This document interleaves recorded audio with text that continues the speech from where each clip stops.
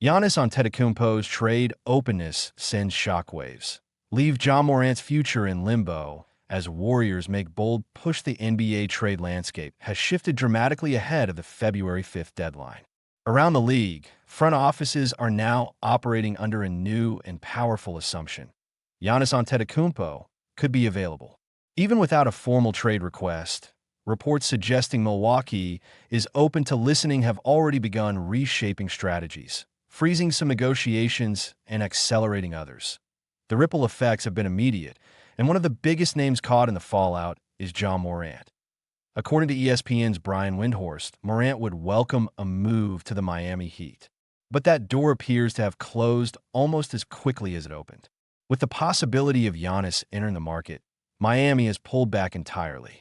As Windhorst explained, the Heat are no longer entertaining discussions around Morant if there's even a chance they could pursue Antetokounmpo instead.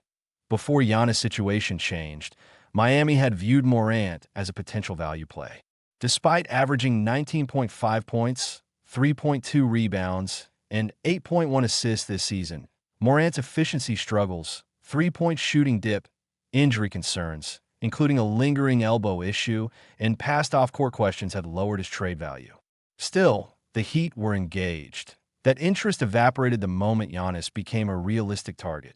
With limited elite assets at their disposal, Miami appears to be choosing patience over commitment. Rather than locking themselves into a Morant deal, the Heat are preserving flexibility in case a legitimate Antetokounmpo pursuit becomes possible. While Miami waits, the Golden State Warriors are taking the opposite approach. According to Sports Illustrated's Chris Mannix, Golden State has already informed Milwaukee it is prepared to build a serious offer around Jonathan Kuminga, Jimmy Butler, and future draft picks. The urgency behind that stance has only grown after Butler suffered a season-ending knee injury, leaving the Warriors under pressure to remain competitive in the short term, while also planning for the future. Warriors general manager Mike Dunleavy recently made the team's philosophy clear when discussing potential trades involving future draft capital.